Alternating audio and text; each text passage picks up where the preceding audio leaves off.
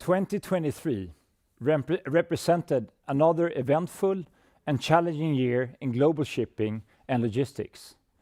After 2 years of exceptional macro developments, which supported activity and high margins, the market normalization accelerated during the year. At the same time, the oversupply of new container ships started to weigh heavily on freight rate sentiment, with a challenging supply-demand outlook ahead. 2023 was also a year when longer-term structural changes in our industry became more visible. For the last few years, global trade has been growing at a slower rate than the world economy. This is a stark contrast to what has been the prevalent trend since the end of the Cold War. The traditional east-west trade routes are slowly losing their prominence. Trade blocks and intra-regional trade play an increasingly important role, influencing how cargo is sourced and moved globally. These shifting trade patterns are most apparent in the US, which has reduced its share of imports from China. Especially Southeast Asia is among the biggest winner from the structural changes of trade.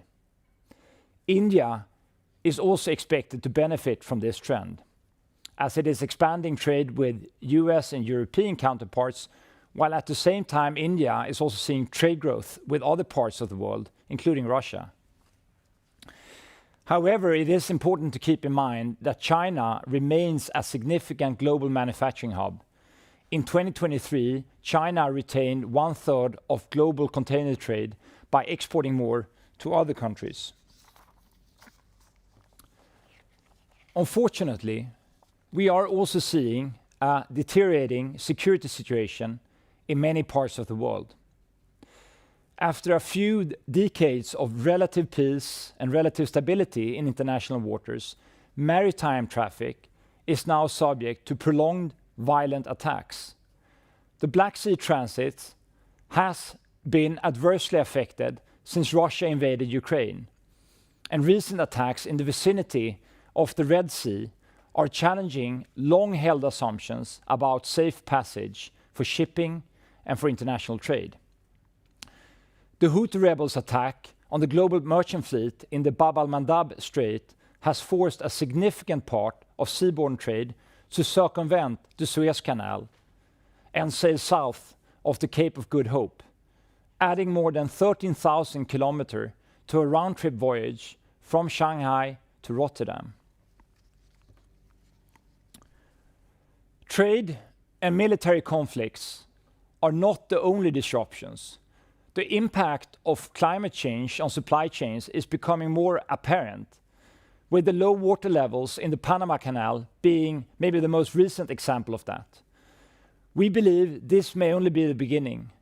Temperature increases above 1.5 degrees Celsius seem quite likely, leading to escalating physical impacts. Disruption of agriculture systems, manufacturing centers, and transport nodes are likely to hold significant long-term implications for many industries, and consequently for global trade.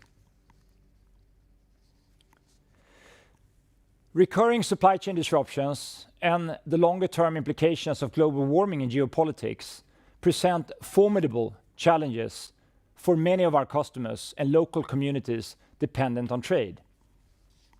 It also underscores the purpose and opportunity for our group to serve customers by providing reliable and extensive supply chain offerings.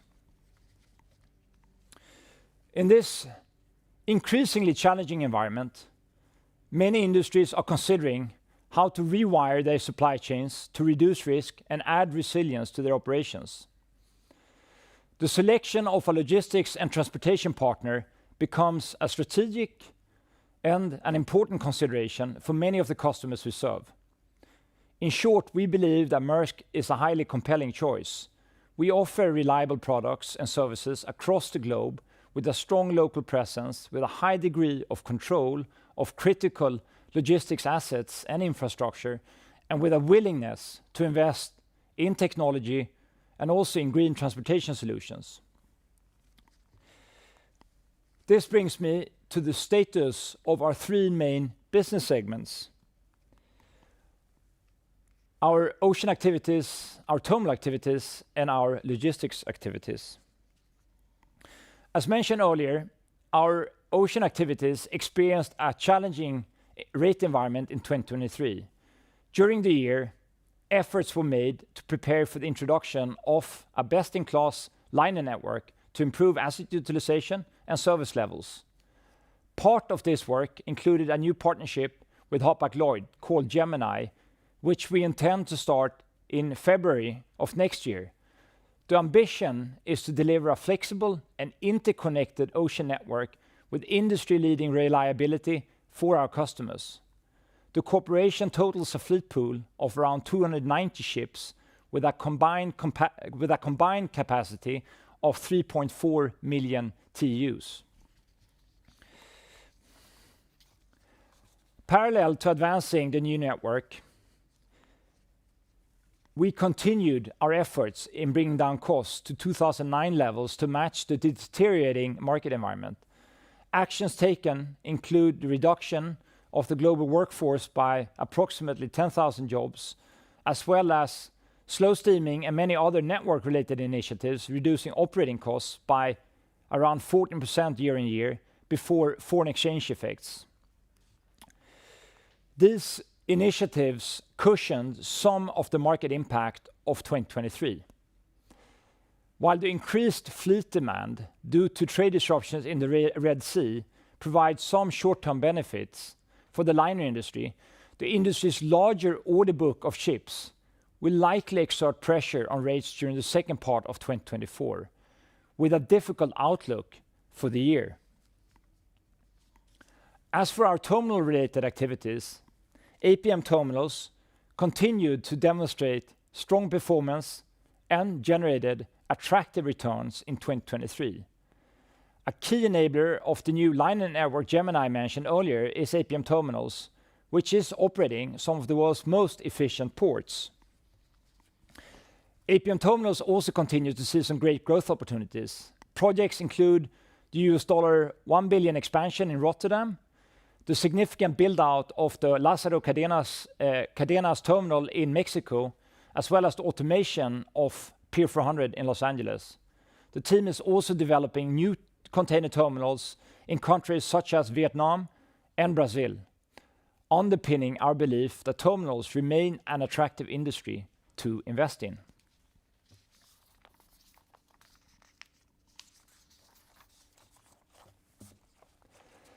Finally, let me comment on our logistics activities. 2023 marked a transitional year for logistics and services, with lower volume, not least within lead logistics and e-commerce, negatively impacting margins. The focus in 2023 has been on integrating companies acquired over the last years to deliver on financial and operational synergies. We are yet to reap the full benefits of these acquisitions, and the work continues in 2024 to drive efficiencies in our logistics activities. On a positive note, we continue to see strong interest from our many customers in Maersk's supply chain offerings and logistics solutions. Let me now give a perspective on three important areas for A.P. Moller - Maersk: our technology-related initiatives, our commitment to the energy transition, and the importance of providing a safe workplace to our many workers and our partners and suppliers. Technology continues to play a crucial role for Maersk. We are spending time and significant efforts to modernize many of our long-standing legacy systems. We also acknowledge the significant potential of artificial intelligence for global logistics and transportation, not least for our global liner network and for our terminal activities, to predict and optimize container flows, thereby reducing CapEx and taking out unnecessary waste in the global supply chains. We are already starting to see the successful outcome of some pilots and applications of AI-based digital twins in APM Terminals to optimize our own shipping lines, port calls, and network configuration in the transshipment hubs. We're also piloting AI across our sales and customer service functions. For example, our customer service teams, who are today handling over 32 million email queries a year, are seeing productivity improvements and faster customer response times through AI-based chatbots. The second area I would like to comment on is our energy transition commitment. September last year, the President of the European Commission, Ursula von der Leyen, named the world's first methanol-enabled container vessel, Laura Maersk. Also, many shareholders took advantage of the unique opportunity to visit the ship and to engage with our management team. Subsequently, we have started taking delivery of 18 large methanol-enabled vessels, with the first named Maersk being delivered early this year. Across the industry, more than 150 vessels with similar propulsion technology are now on order, demonstrating a strong followership to our net zero ambition. Now, access to competitive green fuels at scale is, of course, as vital as these ships. Our team is making good progress in securing green methanol offtake agreements in what is a completely new market. The first large agreement announced with Goldwind covers 500,000 tons of green methanol starting in 2026. All said, we will not be able to achieve our targets on our own, even as we celebrate our decarb initiatives in many areas, such as the green propulsion systems for ships just mentioned, and the electrification of ports, of warehouses, and of many intermodal operations. It is very clear that we are dependent on customers to support and pay for green transport solutions. We are also dependent on regulators to create the right incentives. The biggest challenge that we face is the cost gap between green and black fuels to incentivize customer uptake of green transport solutions. We need a strong regulatory framework under the International Maritime Organization, or IMO, to secure a level playing field. Together with other members of the World Shipping Council, Maersk has put forward a proposal for a green balance mechanism.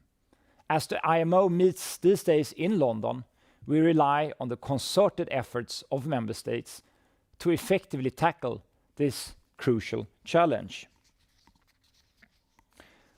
And this brings me to the third topic, safety. Safety is an integral part of our many operations, and it is a critical responsibility for our leaders. It's also a topic of great importance to the board. We have come a very long way to bring down incidents in most parts of our businesses over the years. However, despite progress, the tragic loss of 4 people working for Maersk in 2023 underscores the risks associated with our operations. And there is still more work to be done. We are painfully aware of our responsibility to provide a safe workplace every day.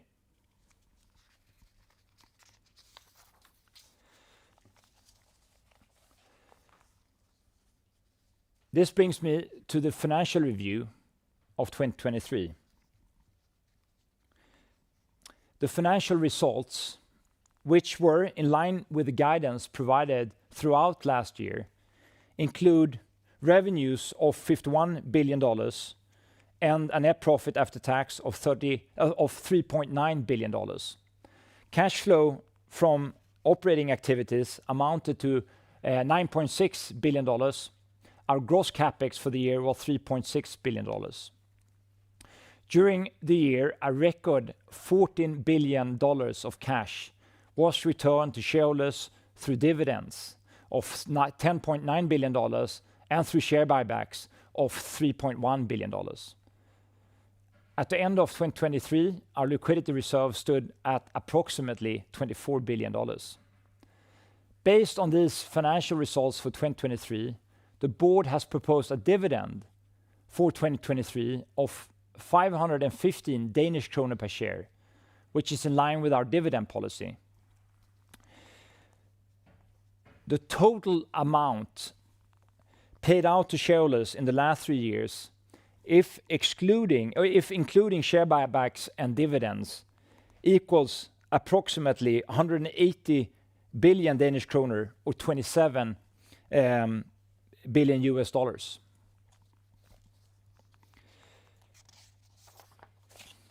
As communicated in February, given the challenging macro outlook, it has been decided to suspend the share buyback.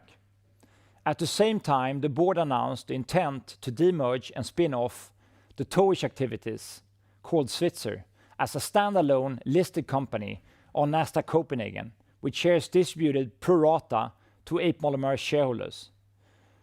The distribution of the Svitzer Group shares offers immediate value to shareholders.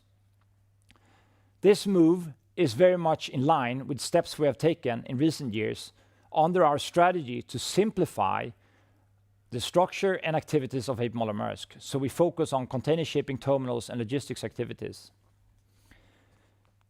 The demerger is to be approved by the shareholders. We therefore plan to have an extraordinary general meeting scheduled for April 26, 2024.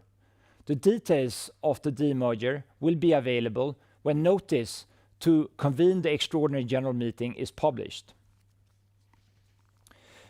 We are, on an annual basis, conducting board evaluations to improve the effectiveness of the board. In this respect, the nomination committee of the board has carried out a review of how to strengthen the capabilities of the board. I am delighted to share that for this year, the board has nominated Alan Thyssen as a new director of the board. Alan is today the CEO of DocuSign, a listed company in the US. He's had a long career, including at Google, where he was the president of Americas. He holds extensive leadership experience in digital businesses and of digital transformations, and Alan comes with strong references.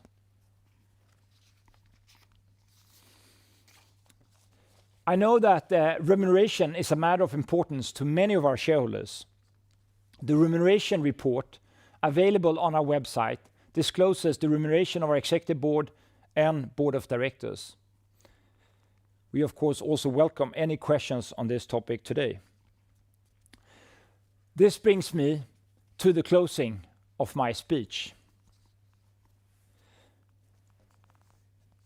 Geopolitics introduces considerable uncertainty to our group's outlook. More than 60 countries, including half of the world's population, will choose new governments this year against a backdrop of deepening polarization and rising government debt levels. Many countries evolving economic, industrial, environmental, and trade policies will have a significant bearing on global logistics. We are concerned about the deteriorating political ability to resolve conflicts peacefully. Military conflicts have reached the highest level in decades, and we are deeply saddened by the loss of lives. 2023 ended with multiple distressing attacks on cargo ships in the vicinity of the Red Sea, including on Maersk vessels. In these times, the safety of our colleagues, not least our seafarers, is always at the forefront of our minds. As we look back on 2023, let me express my sincere gratitude to our executive team and many colleagues across the group for their relentless efforts and unwavering dedication to provide our customers and our local communities with reliable and sustainable services. I'm also grateful to my colleagues on the board for their valuable stewardship and governance. Finally, let me convey a big thanks to our many partners and customers who support our company in good times and in challenging times. Thank you.